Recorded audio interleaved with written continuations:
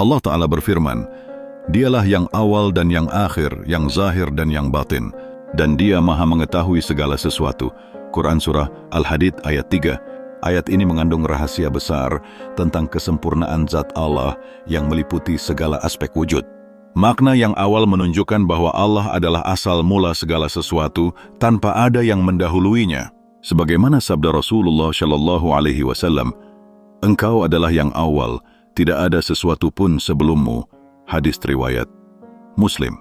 Adapun yang akhir berarti bahwa Dia yang kekal, tidak ada sesuatu yang akan tetap selainnya. Allah berfirman, semua yang ada di bumi itu akan binasa, dan tetap kekal zat Tuhanmu yang mempunyai kebesaran dan kemuliaan. Quran Surah Ar-Rahman ayat 26-27. Sementara yang zahir mengisyaratkan bahwa tanda-tanda kekuasaan dan kebesarannya tampak nyata dalam alam semesta. Segala ciptaan adalah manifestasi dari sifat-sifatnya yang agung. Dan yang batin bermakna bahwa hakikat zatnya tidak dapat dijangkau oleh panca indera maupun akal manusia. Dia maha gaib dari jangkauan makhluknya. Allah berfirman, Dia mengetahui yang gaib dan yang nyata, maka maha tinggi Allah dari apa yang mereka persekutukan. Quran Surah Al-Mu'minun ayat 92. Dalam tafsir Ibnu Katsir disebutkan bahwa makna zahir adalah segala tanda yang menunjukkan keberadaan Allah, seperti langit, bumi, gunung, dan segala makhluknya. Semuanya adalah ayat-ayat Allah yang kasat mata. Sedangkan batin menurut para ulama sufi adalah hakikat zat Allah yang tidak dapat disentuh oleh indera atau dicapai oleh khayal manusia. Sebagaimana firman-Nya, tidak ada sesuatu pun yang serupa dengan Dia, dan Dia maha mendengar lagi maha melihat. Quran Surah Asy-Syura ayat 11. Dalam hadis qudsi Allah berfirman, tidak ada yang mengetahui aku sebagaimana aku mengetahui diriku. Ini menegaskan bahwa makhluk hanya dapat mengenal Allah melalui tanda-tandanya yang zahir. Ibnu Ajibah dalam tafsirnya menjelaskan bahwa zahir adalah aspek tajalli, penampakan Allah dalam wujud-wujud ciptaan, sedangkan batin adalah sir, rahasia Allah yang tersembunyi di balik segala wujud itu. Para arif billah memahami bahwa setiap detik yang berlalu, setiap hembusan angin, setiap desir dedaunan adalah manifestasi zahir Allah.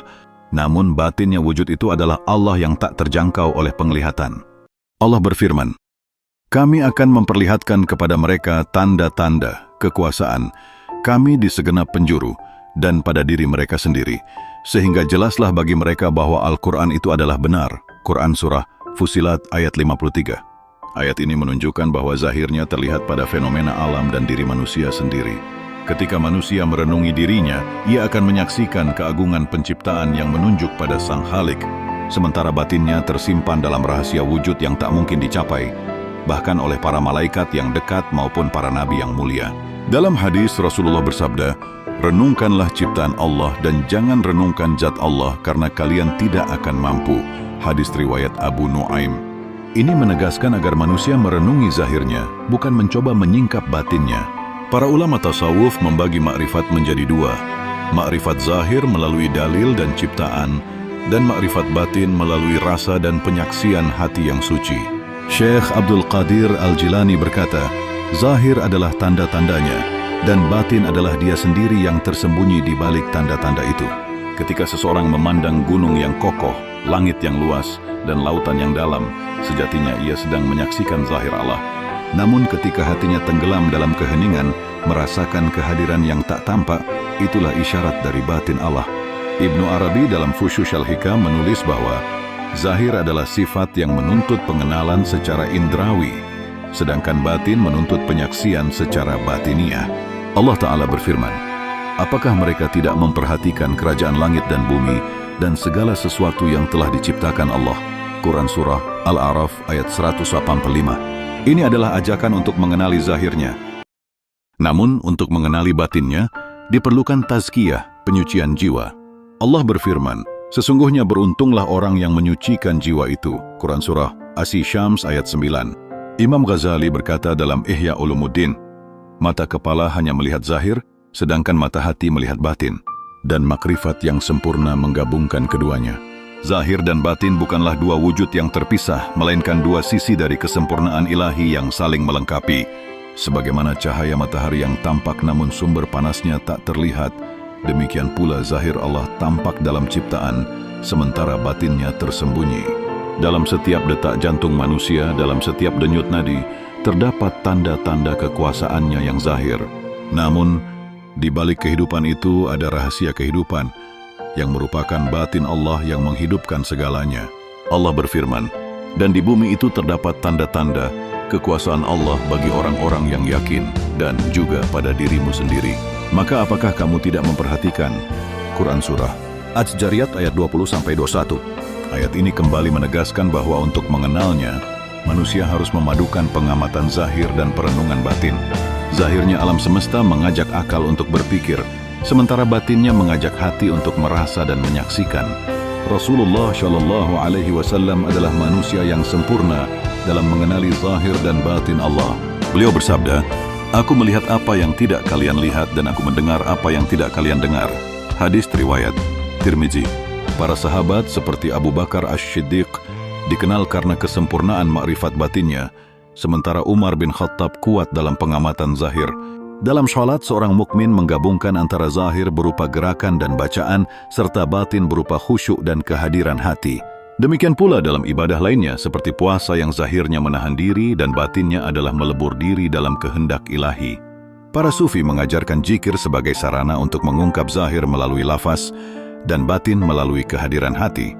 Imam Junaid al-Baghdadi berkata, "Tasawuf adalah bahwa Allah mematikanmu dari dirimu dan menghidupkanmu dengannya, zahir dan batin." Dalam perjalanan spiritual, seorang salik, penempuh jalan, diajarkan untuk menyucikan batin agar dapat menyaksikan hakikat di balik zahir.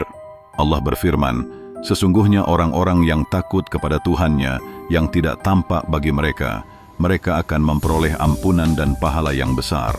Quran Surah Al-Mulk ayat 12. Ayat ini menunjukkan keutamaan iman kepada yang batin, yaitu Allah yang gaib dari penglihatan namun nyata dalam kekuasaannya.